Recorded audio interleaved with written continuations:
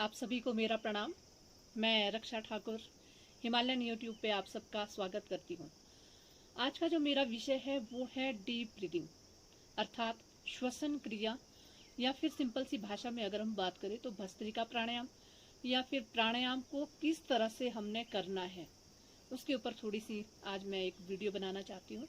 वैसे देखिए, मेरी बहुत सारी वीडियो पहले भी बनी है, उसमें मैंने आपको भस्त्रिका के ऊपर भी बताया है, अनुलोम विलोम के ऊपर भी बताया है, लेकिन आज का जो हमारा विषय है वो थोड़ा सा डीपली है, उसको समझने का है क्योंकि देखिए, हम प्राणायाम तो रोज करते हैं, उसमें हमें क्या लगता है कि बस हमने श्वास को भीतर भरना है, बाहर छोड़ना है, लेना है, छोड़ना है।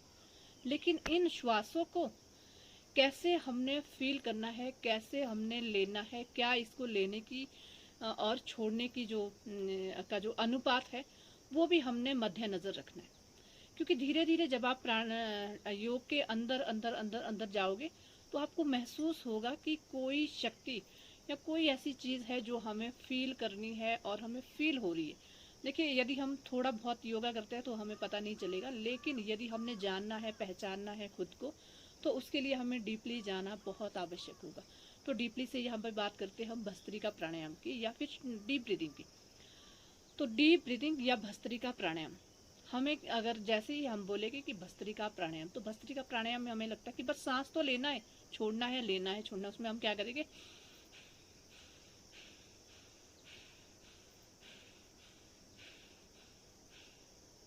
ये गलत नहीं है, बिल्कुल सही है। लेकिन अगर इससे भी और अच्छा हो पाए तो वो और भी हमें फायदा देने वाला होगा, ऊर्जा देने वाला होगा, शांति प्रदान करने वाला होगा। तो वो सब मैं आपको आज बताना चाह रही हूँ। क्योंकि अक्सर हमने देखा है, हम जैसे ही किसी को बोलेंगे कि हम भस्त्रिका प्राणायाम करते हैं तो लोगों को क्या लगता है कि बस सांस को लेना और जोर से छोड़ना। उसमें हमने कई लोगों को जैसे देखा भी है, तो उसमें वो क्या करेंगे,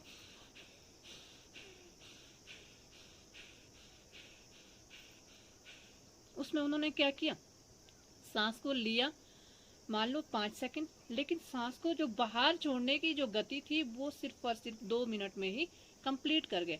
हुआ क्या, मान लो हमने गाड़ी में बहुत सारा सामान लेके आ गए कहीं से, तो उसके साथ ऐसा जरूरी नहीं है कि वो बिल्कुल सामान हमारा जैसा था वैसा ही, उसके साथ बहुत सारा कूड़ा करकट कई बार आता है, तो उसको भी हम क्या करते हैं, अच्छे से मेंटेन करते हैं। उसमें से भी जो हमारा फालतू का सामान है उसे हम घर से बाहर निकालते हैं।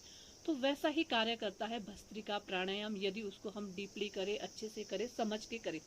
तो उसके लिए देखिए, जब भी हम वायुमंडल से सांस लेते हैं, जरूरी तो नहीं कि खाली ऑक्सीजन ही हमारे शरीर में इंटेन होगी, उसके साथ अन्य बहुत सारी गैसें हमारे शरीर में प्रवाहित होती है। लेकिन उन गैसों को जितना हम अधिक बाहर निकालेंगे तो सिर्फ और हमारे शरीर में क्या बचेगी, ऑक्सीजन। और जितना हम उन गैसों को कम निकालने का प्रयास करेंगे तो वो धीरे धीरे हमारे शरीर के अंदर क्या होगा, जमा होने लगेगा। और हम बोलेंगे भाई साहब, हम तो बहुत सारा योगा करते हैं, बहुत सारा प्राणायाम करते हैं, लेकिन पता नहीं मुझे क्यों ये सब प्रॉब्लम होती है। वो इसलिए क्योंकि उस समय हमने क्या किया, सांस को लिया तो मान लो 6 सेकंड, लेकिन बाहर छोड़ा सिर्फ और सिर्फ 2 सेकंड। तो उसके साथ जो अन्य गैसें आई थी वो धीरे धीरे हमारे अंदर ही डिजॉल्व होगी। तो इसलिए पहले तो हमने ये समझना है कि जब भी प्राणायाम करो, भस्त्रिका प्राणायाम करो, तो कोशिश करनी है 5 मिनट उस प्राणायाम को बिल्कुल धीमी गति से करने की।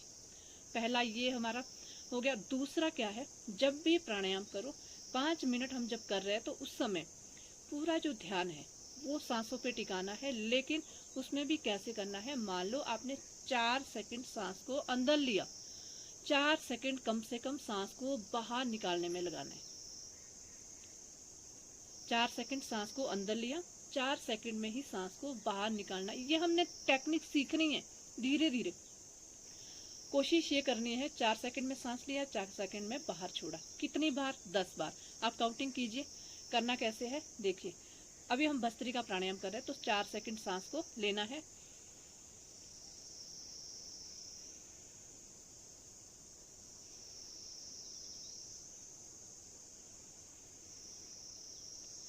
और इस समय हमारा जो ध्यान होगा वो पूरा फेफड़ों पे होगा। कैसे, क्योंकि उस समय फेफड़ों का जो हमारा स्पंदन है या फिर क्या कहे एक्सरसाइज है वो अच्छे से हो रही है, क्योंकि बराबर की मात्रा में हम उसमें लेने और छोड़ने का प्रेशर बना रहे हैं।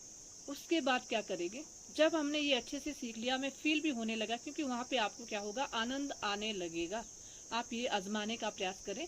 आप भले ही रोज योगा अभ्यास करते होगे और तीव्र गति से भी करते होगे, लेकिन अगर आप इस टेक्निक को अपनाएंगे तो आपको ये लगेगा कि सच में हमारा नाड़ी शोधन ही हो गया।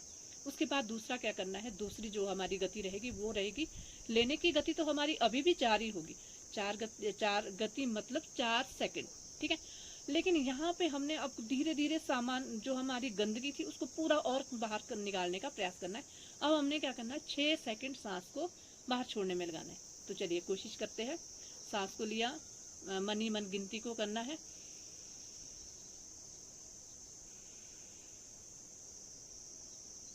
फिर से करेंगे।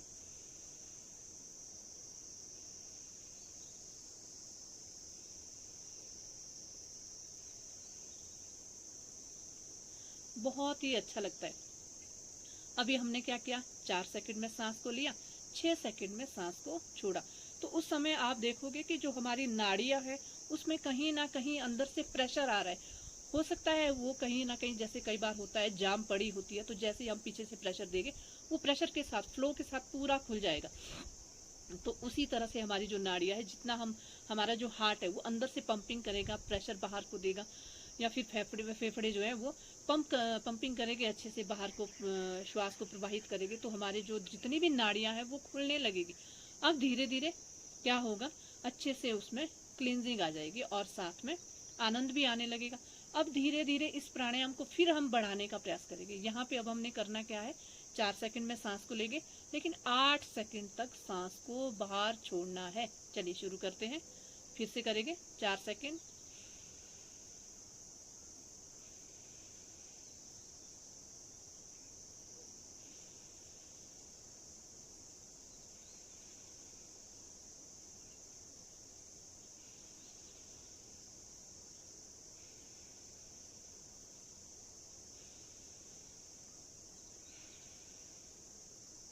ये है।